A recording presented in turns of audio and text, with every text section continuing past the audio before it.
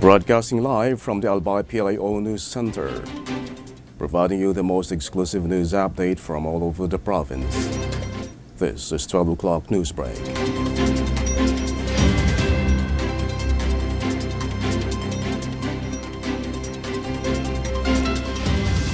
In the local scene, the Albay Provincial Health Office, Provincial Epidemiology and Surveillance Unit, PHOPSU, declared the first 5 rabies recorded death as case closed and contained.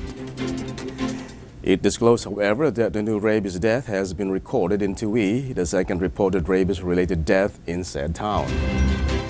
PSU Coordinator Jan Edmond Dominic Bailon confirmed yesterday that the said cases caused by rabies are now closed and contained, and shared that a new death was reported from Barangay Bagumbayan, Tui, early this week. Meanwhile, the PHO acted immediately right after receiving the report from PSU and ordered the contact tracing starting from the victim's immediate family and the vaccination of those found to be in close contacts with the victim, and anti-rabies vaccines were provided by the PHO. In other story, the Provincial Planning and Development Office headed by Mr. Arnold Onrubia, together with city municipal planning coordinators and the Provincial Land Use Committee, PLUC, convened at the Governor's Guest House for a special convergence meeting.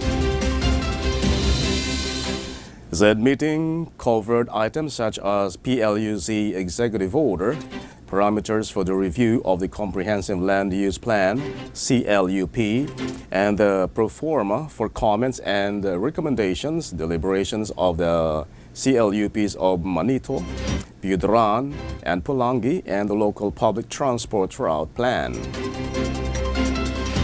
Representatives from FIVOX, DNR, DPWH, DILG, DHSUD, and APA were also present during the meeting.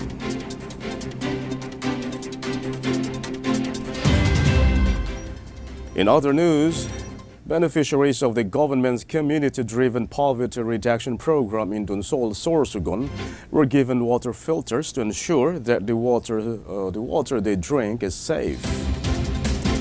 The filters were provided by the Waves for Water Philippines and the Management Associations of the Philippines, which collaborated with the Department of Social Welfare and Development in Bicol. The collaboration between DSWD and these organizations came after an initial assessment and a series of visits to these areas, which revealed a lack of potable water resources and poor water access practices. In the national scene, President Ferdinand Marcos Jr. on Tuesday, March 5, said that he has no impulses to impose an authoritarian rule in the Philippines as the country currently has a good system. When prodded about the cost of his father's dictatorial regime, the president argued that the former president's brand of authoritarian rule was with the participation of all the stakeholders that were involved. The late President Ferdinand Marcos Jr. or Sr. declared martial law in September 1972 to allegedly address the threats from the Communist Party of the Philippines.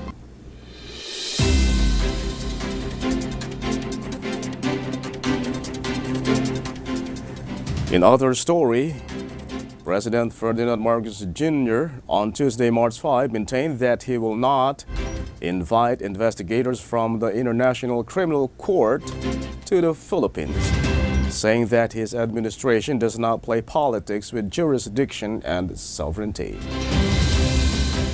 The issue was brought up during Marcos Jr.'s interview with Australian broadcaster, where he was asked if he intends to invite the ICC to the Philippines to investigate the previous administration's war on drugs after some breakdown in his relationship with the former President Rodrigo Duterte. Cracks in the alliance between Marcos Jr. and the Duterte family began to show in late January when the former president accused him of using illegal drugs as reports of the possible entry of ICC investigators swirled. In other news, House lawmakers have flagged the Vice President Sara Duterte-led Department of Education for rejecting revisions in the 1987 Constitution to ease foreign investment limits in education. House Committee on Constitutional Amendments Chair Rufus Rodriguez singled out the agency for not supporting the President Ferdinand Marcos Jr.'s call for charter change, when all cabinet members are supposed to be alter egos of the chief executive.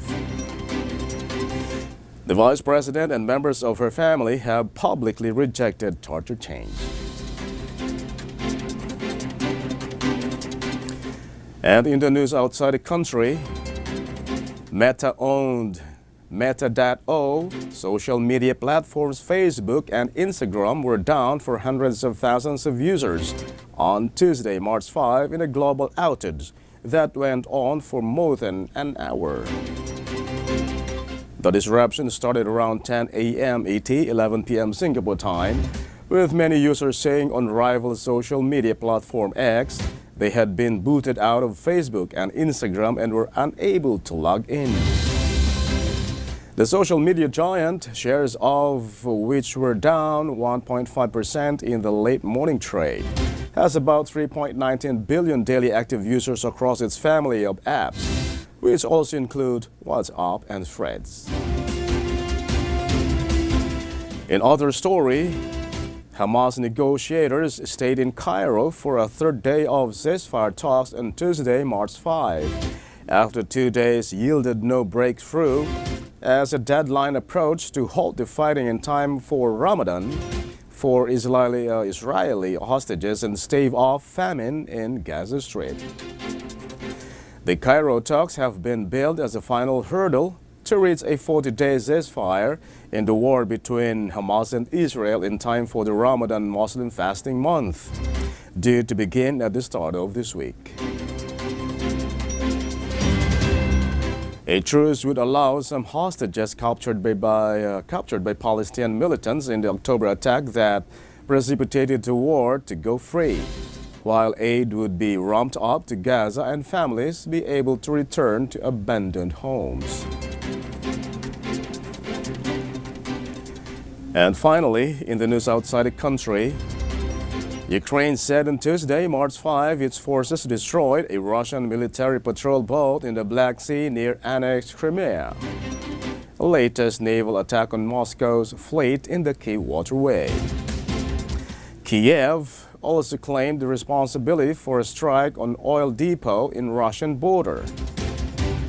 Ukraine is flexing its ability to hit Russian targets from the air and at sea, while its troops struggle to hold ground on the front lines. The Black Sea has been a vital battleground since the war started just over 2 years ago. And that's all for the 12 o'clock news break, March 6, 2024. We'll be right back tomorrow for more news updates. And thanks to our 12 o'clock news break writer, Francine Boras, and on the technical side, Chad Bobbis, and our Provincial Information Officer, Attorney Mary Luduca Castillo, and under the supervision of our Governor, Attorney Edsel Greg-Slagman, I am Greg Hallare. Thank you for subscribing.